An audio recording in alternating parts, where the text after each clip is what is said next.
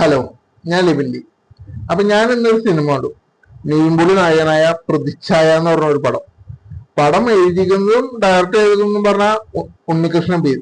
നമ്മുടെ ഒടിയൻ പുള്ളി തള്ളാണെന്നും പറഞ്ഞൊക്കെ ഒടിയന്റെ ഭയങ്കര തള്ളും ഒക്കെ ഇറക്കിയ പുള്ളിയല്ലേ ഉണ്ണികൃഷ്ണൻ പി. അപ്പൊ പുള്ളിയാണ് ഈ പടത്തിന്റെ എഴുത്തുകാരനും സംവിധായകനും. ഗംഭീര പടം, അങ്ങനെ വേണം പറയാൻ. വേറെ ഒന്നുമല്ല, പടത്തിന്റെ അത് സ്റ്റോറി ഒക്കെ പറയുന്നത്, ഞാനൊരു കോൺഗ്രസ്സുകാരനാണ്. അപ്പൊ എനിക്ക് ആ പടം ആ രീതിയിൽ എനിക്ക് കാണാൻ പറ്റി. അതായത് എന്താ എനിക്ക് പറയാൻ പാടില്ല, അതാണ് കാര്യം. അതവിടെ നിൽക്കട്ടെ. എന്തായാലും ഞാൻ അതിനെ കുറിച്ചൊക്കെ ഞാൻ പറയാം. പിന്നെ ഈ പടം പ്രൊഡ്യൂസ് ചെയ്തത് ഗോകുലം ഗോപാലൻ. പുള്ളി നല്ല കൈ, അതായത് നേപ്പാളിലൊക്കെ ഉള്ള വിഷ്വലും കാര്യങ്ങളൊക്കെ ഉണ്ട്. അപ്പൊ കയ്യിൽ നിന്ന് കുറച്ച് ചെലവായിട്ടുണ്ടെന്ന് തോന്നണോ. ഇതായിക്കോട്ടെ. പിന്നെ പടത്തിൽ മെയിൻ ആയിട്ട് അഭിനയിക്കുന്നത് നിവിൻ പോളിയാണ്.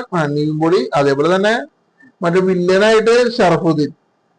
വില്ലൻ എന്ന് പറയുമ്പോഴല്ല, എതിരാളിയാ, അങ്ങനെ വേണമെങ്കിൽ പറയാം. പിന്നെ ഈ പടം മെയിൻ ആയിട്ട് എടുത്തു പറയുന്ന കാര്യം എന്ന് പറഞ്ഞാൽ ശരിക്കും ഉമ്മൻചാണ്ടിയുടെ ഒരു ജീവചരിത്രം പോലെയാണ്. അതായത് ഉമ്മൻചാണ്ടിക്ക് അവസാനം ആ കേസും കാര്യങ്ങളും ഉണ്ടാവുന്ന കാര്യങ്ങളും അതൊക്കെയാണ് ഇതിൽ കൃത്യമായിട്ട് കാട്ടുന്നത്.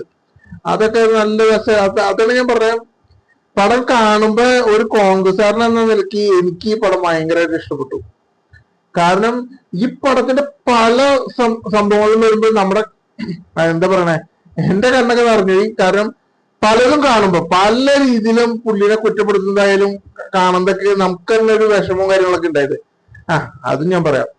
പിന്നെ ഷറഫുദ്ദീൻ ഇതില് പുള്ളിക്കാരൻ എന്ന് പറഞ്ഞാൽ പുള്ളിക്കാരൻ വരുമ്പോ ഒക്കെ ബിജിഎം എല്ലാം ഉണ്ടല്ലോ, കിട്ടില്ല സംഭവം. പുള്ളിക്കാരൻ ഒരു കോപ്പറേറ്റ് എന്തോ ഒരു വലിയൊരു മുതലാളി അങ്ങനത്തെ എന്തോ ഒരു രീതിയിലാണ് പടത്തിലൊക്കെ നടക്കുന്നത്. അപ്പൊ പുള്ളിക്കാരന്റെ ബീജിയവും കാര്യങ്ങളും അതൊക്കെ ഗംഭീരാണ്. പിന്നെ ബാലചന്ദ്രമേനോനാണ് പടത്തില് മറ്റേ ഉമ്മൻചാണ്ടിയുടെ റോള് ചെയ്യുന്ന ആള്. ഗംഭീരമായിട്ട് ചെയ്തിട്ടുണ്ട്. അതിലൊന്നും പറയാനില്ല. ഗംഭീരം എന്ന് പറഞ്ഞാൽ ഗംഭീരം. പുള്ളിയുടെ പല ഇമോഷൻസ് കാണുമ്പോൾ നമുക്ക് തന്നെ ഒരു വിഷമവും കാര്യങ്ങളൊക്കെ നമുക്ക് വരും. അത് ശരിക്കും ഉമ്മൻചാണ്ടി ആ സംഭവത്തിലൂടെ നടന്നു പോണ സമയത്ത് അത് അനുഭവിച്ച കാര്യങ്ങൾ തന്നെ പുള്ളിക്കാരൻ ബാലചന്ദ്രമേനോൻ ഗംഭീരമായിട്ട് ചെയ്തിട്ടുണ്ട്. പിന്നെ ഹരിശ്രീ അശോകൻ ഇതിലൊരു വില്ലൻ എന്ന് പറയാൻ പറ്റൂല, എന്നാലും ഒരു നെഗറ്റീവ് ഷെയ്ഡുള്ള ഒരു കഥാപാത്രമാണ് പുള്ളി ചെയ്തത്. പുള്ളി ഒരു മറ്റേ സെയിം പാർട്ടിയിൽ, ഇപ്പൊ കോൺഗ്രസിന്റെ പാർട്ടിയില് എയും ബിയും ഗ്രൂപ്പ് ഉള്ളതല്ല, അതില് ബിയുടെ ഒരു നേതാവ് എന്ന നിലയ്ക്ക് ഹരിശ്രീ അശോകൻ. പിന്നെ കോൺഗ്രസ് എ പാർട്ടിയുടെ ഇതില് മണിയമ്പിള്ളി രാജു ഗംഭീരമായിട്ട് ചെയ്തിട്ടുണ്ട് കേട്ടോ.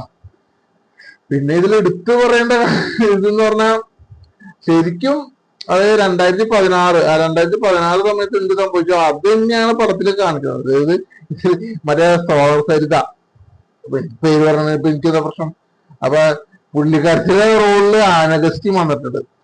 ആനഗസ്റ്റിൻ ഇപ്പൊ കുറെ നാളായിട്ട് സിനിമയിലൊക്കെ മാറിയിട്ടാണ്. പക്ഷെ ഞാൻ പറഞ്ഞില്ലേ, എനിക്ക് ഈ പടം കണ്ടപ്പോ ആനഗസ്റ്റിനെ കണ്ടപ്പോ എനിക്ക് എന്തോ ഒരു, അതായത് മുഖത്ത് ഒട്ടും ഒരു മലയാള തനിമ ഇല്ലാത്ത പോലെ എനിക്ക് തോന്നി ആനഗസ്റ്റിനെ കാണുമ്പോ. എന്താന്നറിയില്ല, അതാണ് അത് എന്തൊക്കെയുണ്ട് അങ്ങനെ തോന്നി.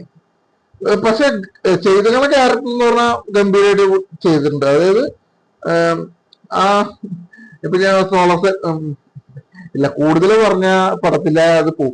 എന്തായാലും ആ സംഭവം നടക്കുന്നത് ഇതാണ്, ഈ കാര്യങ്ങളൊക്കെയാണ്. പിന്നെ സായികുമാർ ഓപ്പോസിറ്റ് പാർട്ടിയുടെ ഒരു നേതാവായിട്ടാണ് പുള്ളിക്കാരൻ ഗംഭീരമായിട്ട് ചെയ്യുന്നത്. പിന്നെ എടുത്തു പറയേണ്ടത് പിന്നെ വേറൊരാളുണ്ട്, നിശാന്ത് സാഗർ, മറ്റേ ഫാൻറ്റത്തിലെ അവൻ അതായത് ഈ പടത്തില് എനിക്ക് മനസ്സിലാവാത്ത ഒരു കാര്യം എന്ന് പറഞ്ഞാൽ ഉമ്മൻചാണ്ടിയുടെ ജീവിതത്തിൽ എന്ന് പറഞ്ഞിട്ട് ഉമ്മൻചാണ്ടിക്ക് ഇതിൽ 2 ആൺമക്കളാണ്. അത് ശരിയാ, 2 ആൺമക്കളായിട്ട് അതിൽ ഒരാള് നിവിൻ പോളി, ഒരാൾ നിശാന്ത് സാഗറും. അതൊക്കെയാണ്, അങ്ങനെയാണ് പടത്തിൽ വന്നിട്ടുണ്ട്.